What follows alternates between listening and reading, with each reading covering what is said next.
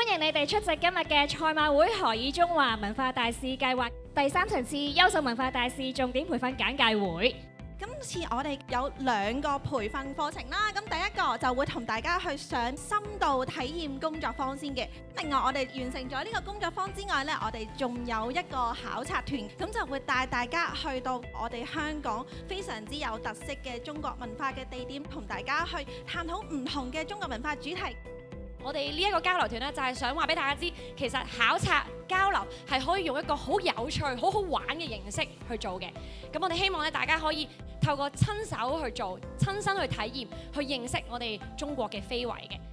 大家唔好忽略咗咧，文化大使先係我哋嘅重點。最主要其實係我哋想將同學仔喺之前第1、第2、第3層次學到嘅所有內容，都可以喺第4層次服務當中咧，可以展現翻出嚟嘅。尤其係去嗰個唔同嘅長者中心啦，面對住各位老友記啦。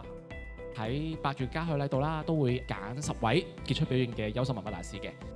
你哋喺過程之中，除咗學文化之外，亦都可以咧將我哋嘅文明一步一步咁繼續傳揚落去。我哋亦都希望你哋可以喺個過程之中有一位嘅學習者，將來一齊去幫手做到一位嘅傳承者。相信一眾優秀文化大使重點培訓嘅學生，都急不及待參加陶瓷、